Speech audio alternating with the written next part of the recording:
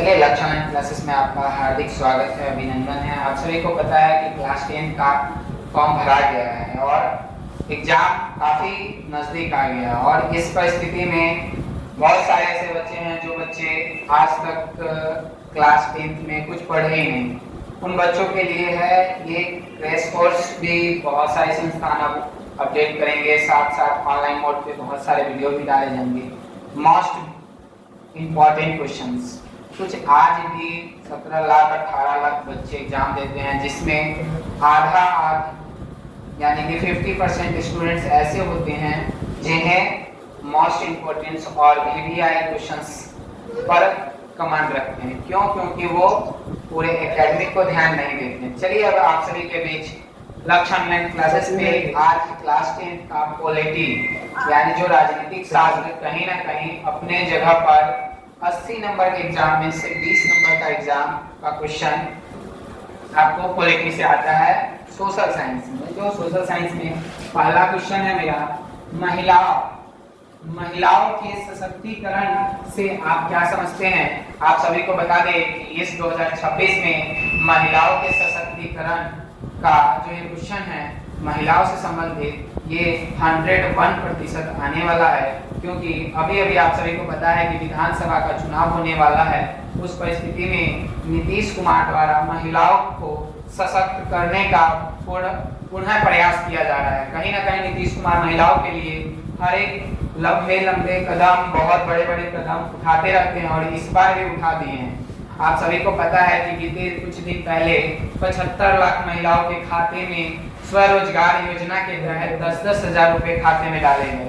फिर 6 महीने बाद भी 2 लाख रुपए उन महिलाओं के अकाउंट में डाले जाएंगे। कहीं ना कहीं नीतीश कुमार ने महिलाओं को सशक्तिकरण करने का पूरा प्रयास किया और ये क्वेश्चन आपके क्लास 10 के चैप्टर संख्या 2 से है, बहुत मोस्ट इंपोर्टेंट क्वेश्चन। तो महिलाओं के सशक्तिकरण से आप क्या समझते हैं। अब देखिए इस बुक में क्या दिया हुआ है, महिलाएं आज राजनीतिक दृष्टिकोण से काफी पिछड़ी हुई हैं। यानी कि नीतीश कुमार जो महिलाओं को मजबूत करने का प्रयास कर रहे हैं, तो उस परिस्थिति में देखने से पता चला कि महिलाएं राजनीतिक में दृष्टिकोण से बहुत पिछड़ी हुई हैं। आप सभी को पता है कि हमारे देश में महिलाएं नेताओं की कमी है। कहीं ना कहीं उसका मुख्य कारण है कि महिलाएं पॉलिटिक्स में नहीं जा पाती हैं, जिसका मुख्य कारण है कि एक तो शिक्षा और प्लस उन लोगों के पास विकास और उनको मजबूत उनके पीछे बैकग्राउंड में कोई सपोर्ट नहीं मिल पाता है, जिसके कारण से वो आगे नहीं बढ़ पाती।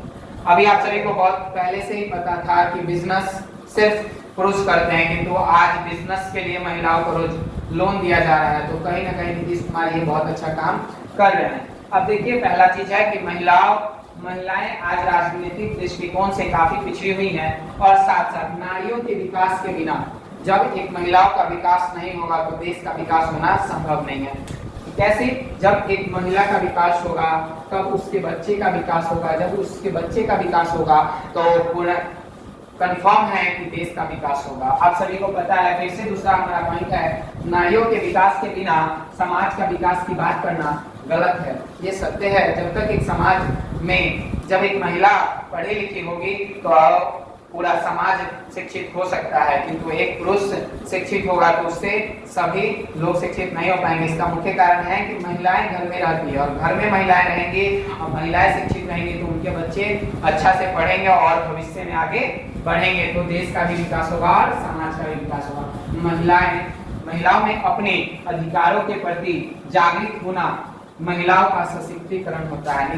नीतीश कुमार एवं इस क्वेश्चन से हमें यह सीख मिला कि अगर महिलाएं किसी भी काम के लिए जागरूक होती हैं, यानी कि जागरूक होते हैं, किसी चीज को जानने की इच्छा उनके अंदर जगती है। कहीं ना कहीं आज से पहले महिलाएं लोन के बारे में जानती भी नहीं थी कि लोन लेके हमें बिजनेस करना चाहिए, किंतु आज नीतीश कुमार द्वारा महिलाओं के सशक्तिकरण को देखते हुए लोन का जो बात बोला गया उस पर वो काम भी कर दिया। एक दिन पहले 75 लाख महिलाएं को 10-10 हजार खाते में गया। कहीं ना कहीं वो स्वयं रोजगार खुद से करेगी। इसके बाद दूसरा हमारा ये क्वेश्चन है, बहुत इंपॉर्टेंट क्वेश्चन, भ्रूण हत्या से आप क्या समझते हैं। भ्रूण हत्या से आप क्या समझते हैं। हत्या वही हत्या जिस हत्या की हम बात कर रहे हैं, जिससे किसी व्यक्ति के अंदर की आत्मा चली जाती है, उसी को हम हत्या कहते हैं। कहीं ना कहीं हत्या हम उसे बोल सकते हैं जिससे जो व्यक्ति के अंदर आत्मा है और वो आत्मा उनके अंदर से निकल गई और वो मर गए, उसे भी हम हत्या बोलते हैं। किंतु हमारा क्वेश्चन कहता है कि भ्रूण हत्या से आप क्या समझते हैं, भ्रूण हत्या से आप क्या समझते हैं। वर्तमान समय में अत्याधिक उपकरणों से, वर्तमान समय जो हमारा ये 21वीं सदी है, इस 21वीं सदी में डिजिटल वस्तुओं की कोई कमी नहीं आई। इस वर्तमान समय में अत्याधिक उपकरणों से गर्भ के अंदर छिपी हुई लिंग का पता चल जाता है। यानी कि किसी भी महिलाओं के गर्भ के अंदर छिपी हुई लिंग, यानी कि बेटा है या बेटी या लड़का है या लड़की का पता चल जाता है। उस परिस्थिति में लड़की होने की स्थिति में, लड़की या पुत्री होने की स्थिति में महिलाएं अपना भ्रूण हत्या करवाने की स्थिति, यानी कि गर्भ में ही उसे मार दिया जाता है। महिलाएं अपने पुत्री को गर्भ में ही मार दिया जाता है या मार देती है, उसे हम भ्रूण हत्या कहते हैं, जो कानूनन अपराध है, ऐसा नहीं करना चाहिए। आप सभी को पता है कि कहीं ना कहीं लड़कियां ही हमारे जनरेशन को आगे बढ़ाती है। अगर लड़कियां ना होती तो जनरेशन आगे नहीं बढ़ता। चलिए, अब हमारा तीसरा क्वेश्चन है, श्रम तथा लैंगिक विभाजन में क्या अंतर है। श्रम वही श्रम जिसे हम मजदूरी के रूप में जानते हैं। श्रम उसी श्रम को कहते हैं जो श्रम जिसे हम किसी काम को करते हैं, वो सारा चीज श्रम है। और हम विभाजन उसी को कहते हैं जो जिसे हम बांटते हैं।